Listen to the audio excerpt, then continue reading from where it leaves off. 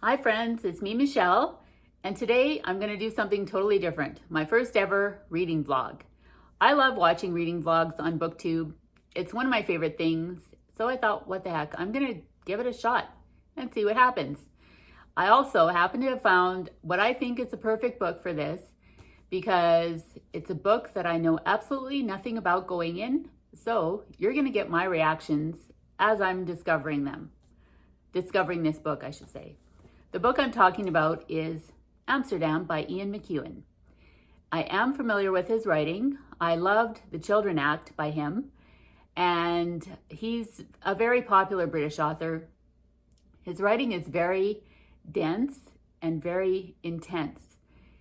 He's got great characters in his stories, and I have to say they're mostly character profiles. Like if you don't like books that aren't really plot heavy or that, feature mainly characters and their development, then you might not like his style of writing. But the stories are so interesting. He manages to find pockets of humanity that are overlooked among society. People or tendencies or personality quirks that you don't necessarily notice about people, but that do exist among us, if that makes any sense. So in this book, the first thing I noticed was that there's no information as to what it's about. There's no synopsis anywhere. And you know what? I'm going to just go in blind, and you're going to get my reactions to everything as I read it. I'm already about 30 pages in, already loving it, as I kind of thought I would. His writing is just beautiful. I've used some red tabs because those indicate parts that I absolutely love.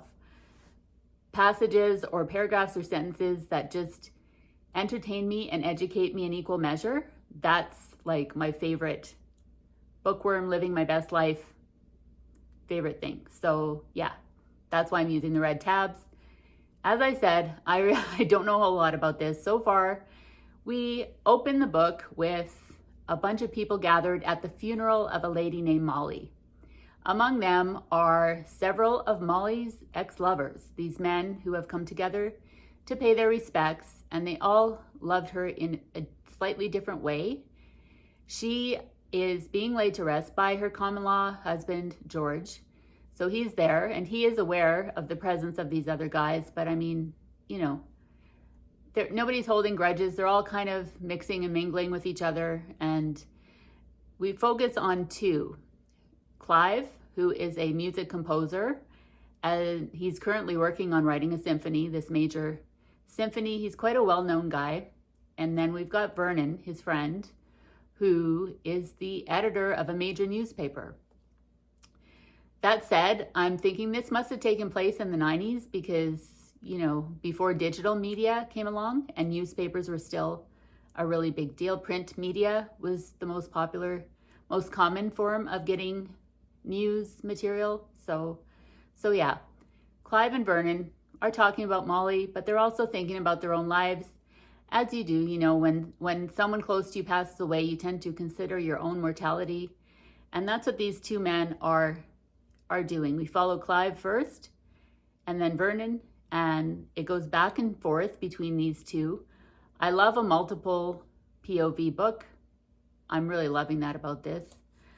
I've got my tabs all in. I've already found parts I love, and yeah, so let's see what happens, where this book takes us, and I'll keep you updated as I discover more about it.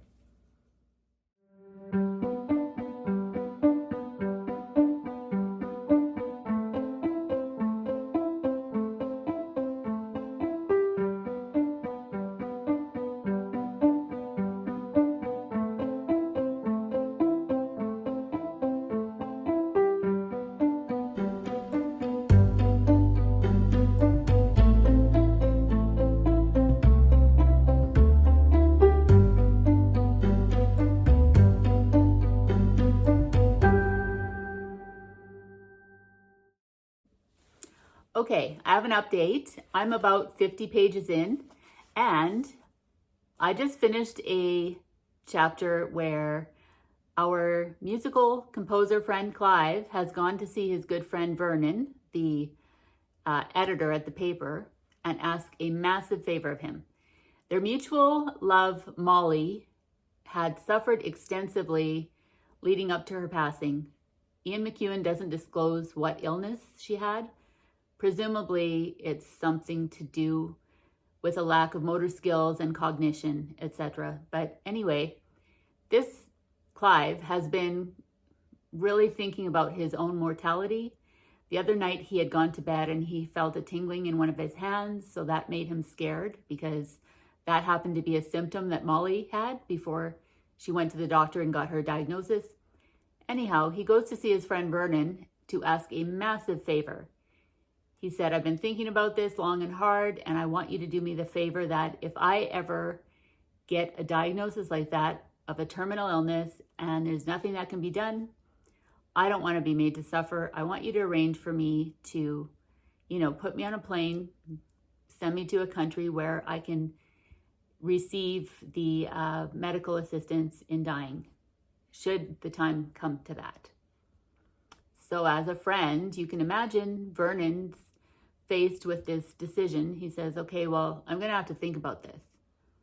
So that was a turn I didn't see coming in this story. Like I said, I didn't know. I still don't know what it's really about other than the friendship between these men who shared this love affair with Molly. And then we're also following George, who is her common law spouse that took care of her leading up to her passing. So things are getting real. Things are getting very interesting. The proverbial plot is thickening at this point. Can't wait to see what happens next. I will check in with you later. Hi again. Guess where we're going? We're going to drop some books at a free little library in my neighborhood. And I was just thinking about how, what I love? I just love when you're reading a really good book and you step away from it and take a break. And then that's when it really starts to sink in. The magnitude of the plot, what's happening, what the characters are all about. I really think sometimes that, reading is a lot like creating something. Sometimes you have to step away to really appreciate its full beauty and significance. So there you have it. I'm going to update you a little more. We're almost at the little library, and I'll show it to you when I get there.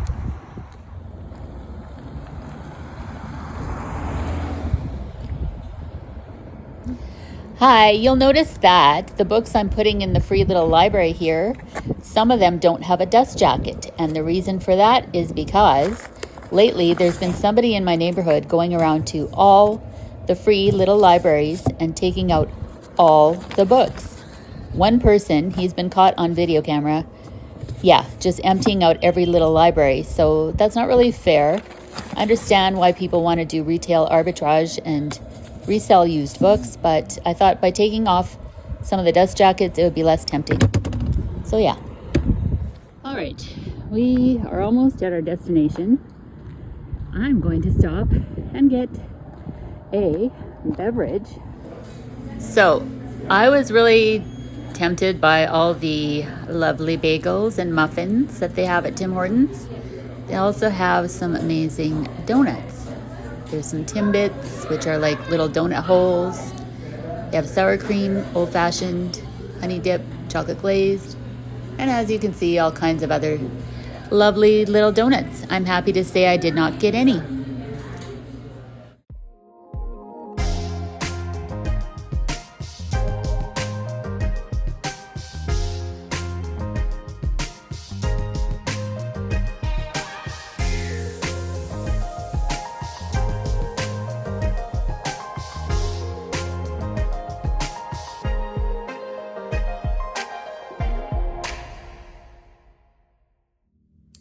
Okay, I am loving this book. I have to be honest with you.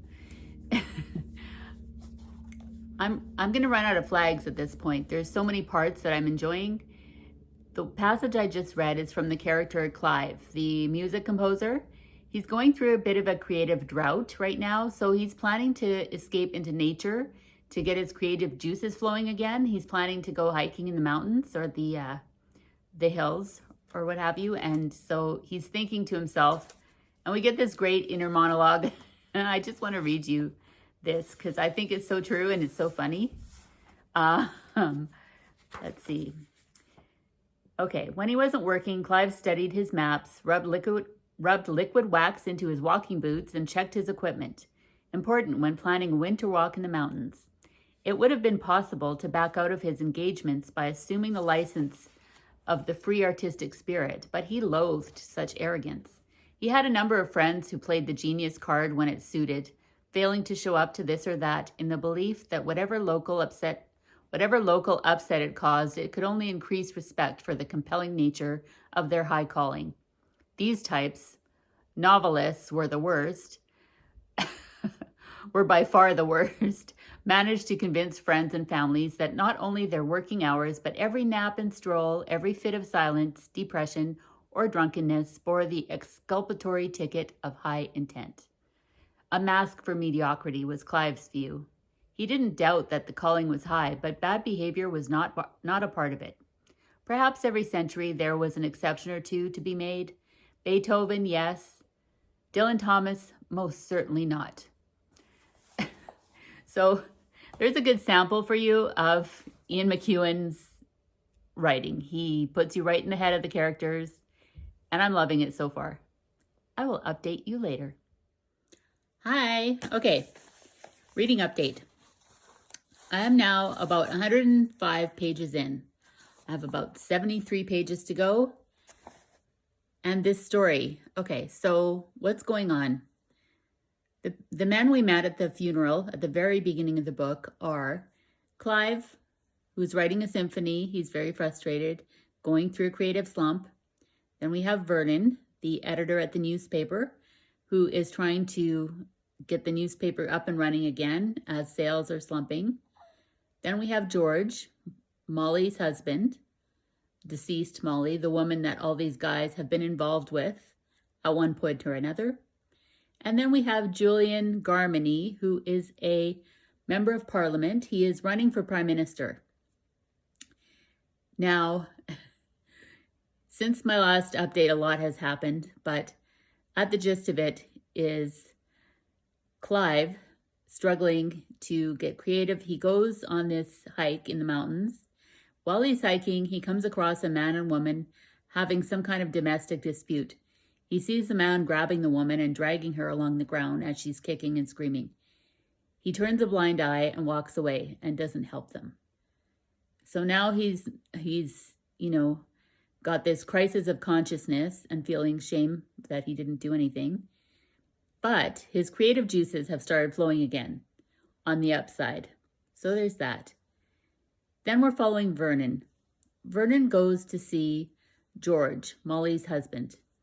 George has found among Molly's things an envelope containing photographs of Julian, the soon-to-be running for prime minister, member of parliament, and he has been photographed by Molly in all kinds of sexually deviant, compromising positions. So George is proposing to Vernon that he publishes the photos in the newspaper in an effort to blackmail Julian, because George, of course, as Molly's husband, has been wanting revenge for Molly and this Julian sleeping together while they were married. So there's that storyline. Vernon agrees to it, as that would be fantastic for his newspaper to boost sales. And, as someone who was formerly in love with Molly himself, he has no love lost for this Julian character either. So then we go to Julian, who him and his wife have now just found out that there's this scandal that's about to break, and he's trying to just, carry on with his business and pretend that it's not going to happen. So it's so interesting, all these characters, their points of view, as well as this whole blackmail angle of the story. And what I previously mentioned about Clive going to Vernon and asking him to help him out if he ever found himself terminally ill and all that, Well, it turns out his hand that was tingling got better. He was just being paranoid because, after Molly died, he was so scared about his own health and stuff, and his hand got better in the end. So that kind of subsided. That was just kind of a minor detail. It wasn't as major as I thought it would be. So yeah, this book, I gave up on tabbing it because I've got that much left. I'll run out of tabs and, I'm just filming this for my reading vlog. So yeah, I'll keep the tabs in just in case anybody wants to do a book club read. I would happily reread this book, but it is great. I will continue and give you my final update once I've finished reading it. And we'll go from there. Hi, alrighty. I am almost done. I've got one more little part left of this book.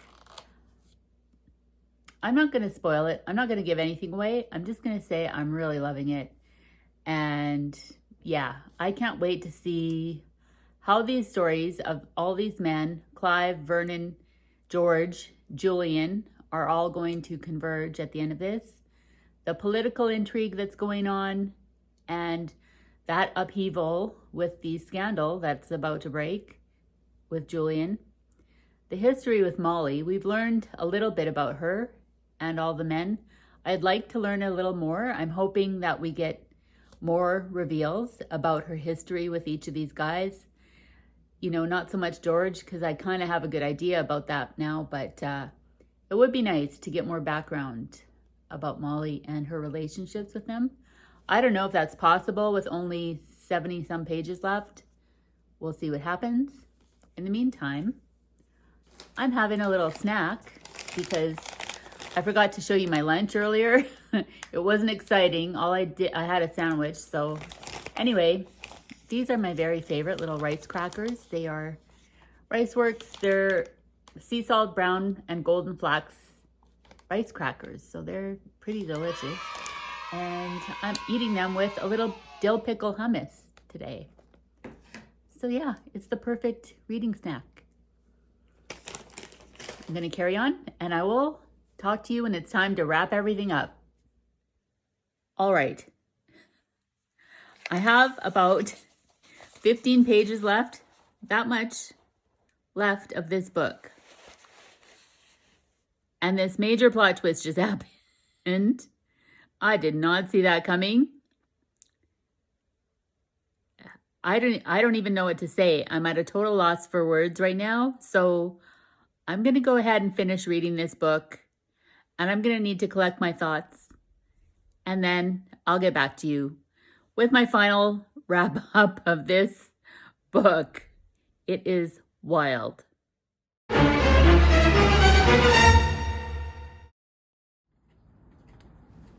I was going to try and edit in some music during this little snowfall scene here. That's what's happening in my backyard. But I just love how the snow makes everything really quiet.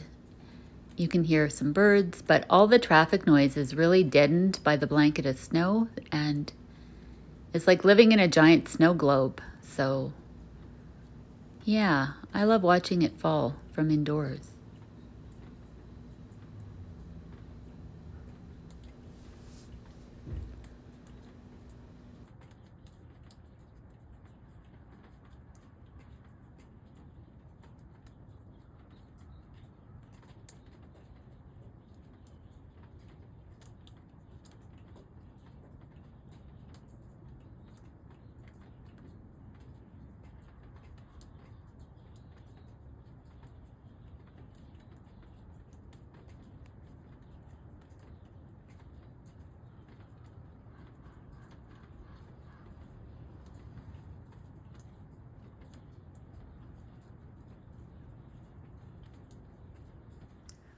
Hi friends, okay, I'm back.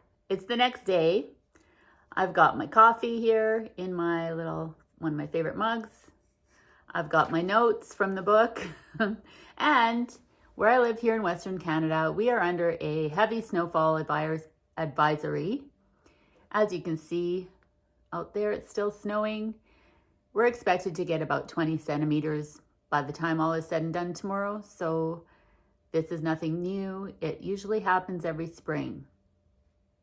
I've even seen it snow in June before, so we're used to it. It's just one of those things that makes getting around more inconvenient.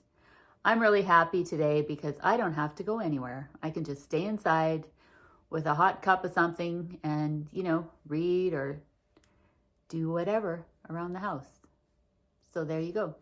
And it's kind of mesmerizing watching the snow fall, actually. So I thought that's why I filmed a little bit for those of you who may or may not get snow where you live. Yeah, it's not terribly cold out. It's only going to be about -2 Celsius today, but so who knows? I might go for a walk later. Anyway, what I'm here to talk about is the book I finished yesterday, which I absolutely loved. Once again, Ian McEwan knocked it out of the park for me. I gave this book a 5-star rating, and I just wanted to give you a summary, my thoughts. I wrote down some notes about this because it was a really intense book. And going forward, I think I'm going to continue to not read the synopsis on books because going in without knowing anything about it, like I said, there's no information on the book itself other than it won the Booker Prize in 1998 when it came out. And so, yeah, it was a lot of fun to just figure out what was happening as I was reading it. And so, yeah, I'm glad I did that. So what this book is about, at its core, the main themes of this book are friendship, loyalty, trust, greed, betrayal. There's a blackmail element, and it's another major theme, I think, is our right to privacy and like how well do you really know somebody in your life? We all have very, very interesting inner private lives that we live that nobody knows about. Thank goodness. And, it's also an examination of how our thoughts lead to our actions, which lead to consequences. And it's about intentions and how sometimes you can be really good, well-intended, but still have really dire consequences when you act upon certain thoughts you have. And so, yeah, really interesting characters in here. Like I mentioned before, it's when we first meet everybody, it's at the memorial service for Molly, who is deceased. What we learn about Molly is that she was a very beautiful, very charismatic, very creative person. She was a photographer in her life, and she had an enormous social circle.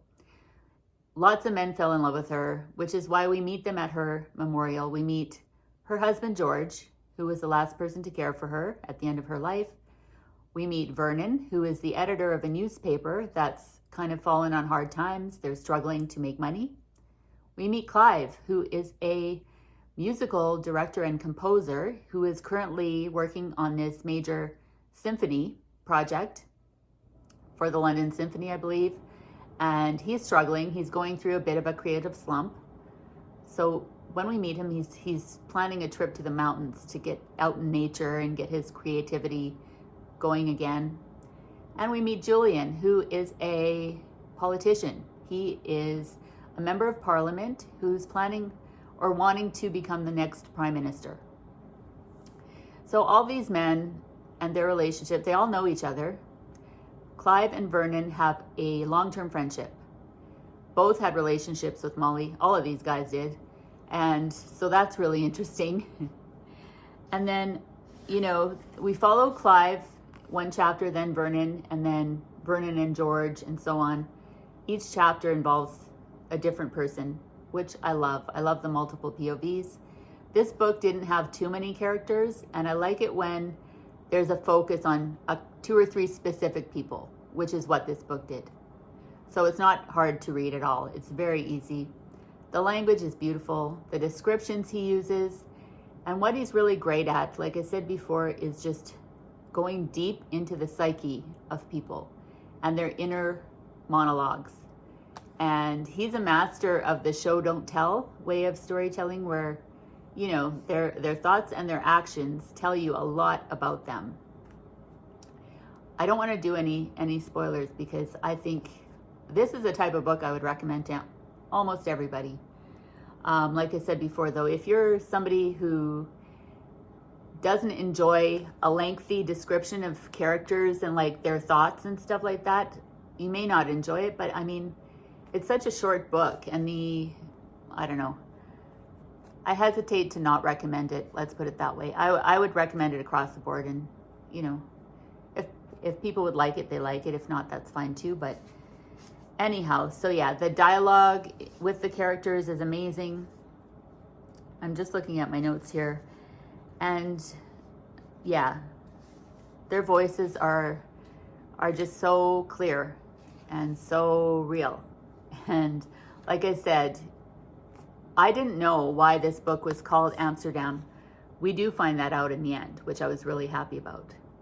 So I'm reading along, and then this plot twist happens. Like I said, within the last 15 pages of the book, it was something totally unexpected, but it wasn't random.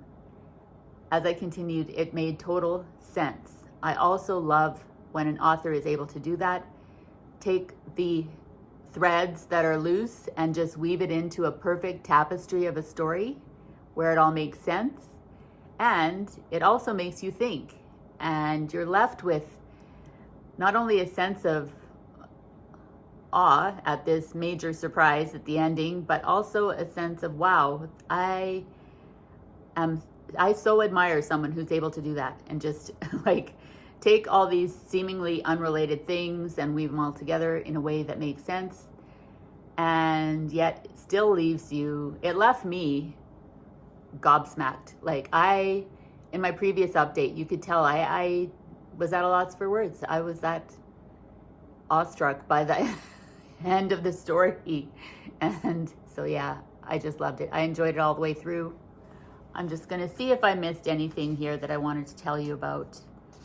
Yeah, if I had to make a criticism of this book, the only thing that I would have liked to maybe have seen more of would have been the relationships between these men and Molly.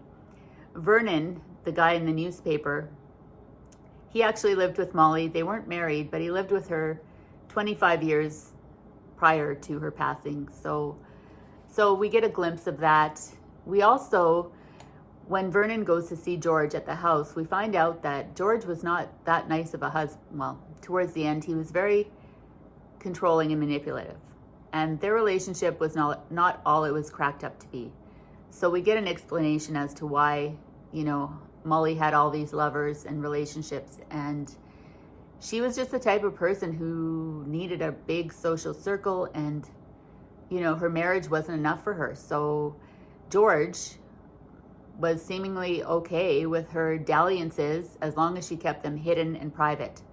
He had her sequestered away in a different wing of their mansion where she could host people and carry on her affairs or what have you, and party, and she liked wine, and she liked to just socialize and have a good time. So as long as he didn't see it, he seemed to be all right with it. And that's how they stayed married. But toward the end of her life, we find out when Vernon goes to see George that George kept her friends away from her at the end. And Vernon's inner monologue, he's thinking to himself, you know, Molly would have been way happier and much better off if she had been in long-term care at the end rather than staying home with George. He kept the people that meant the most to her away from her when she needed them the most at the end of her life. So that was a little bit sad. We learned that about Molly and George and how Vernon feels about that. So, but yeah, it was so beautifully written. I just loved it. So, and that's not a spoiler. These things that I've talked about, I tried to keep it, fairly early on in the book. As you can tell, I gave up on using the tabs. I, at first, was doing the red for parts I loved. Then I thought, I'll use yellow to signify Clive's parts that I loved. And then pink for a major plot twist. But there were just too many parts I loved. Like, I was going to run out of Post-it flags, so I thought, forget it. And yeah, I just made notes instead here. And you know, this did win the Booker Prize in 1998.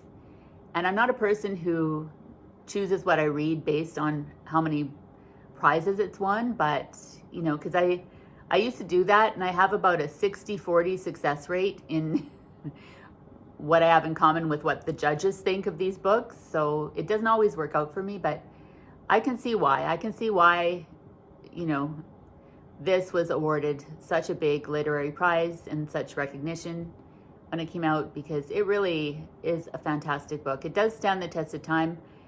There are a couple things where you can tell it was written in 1998.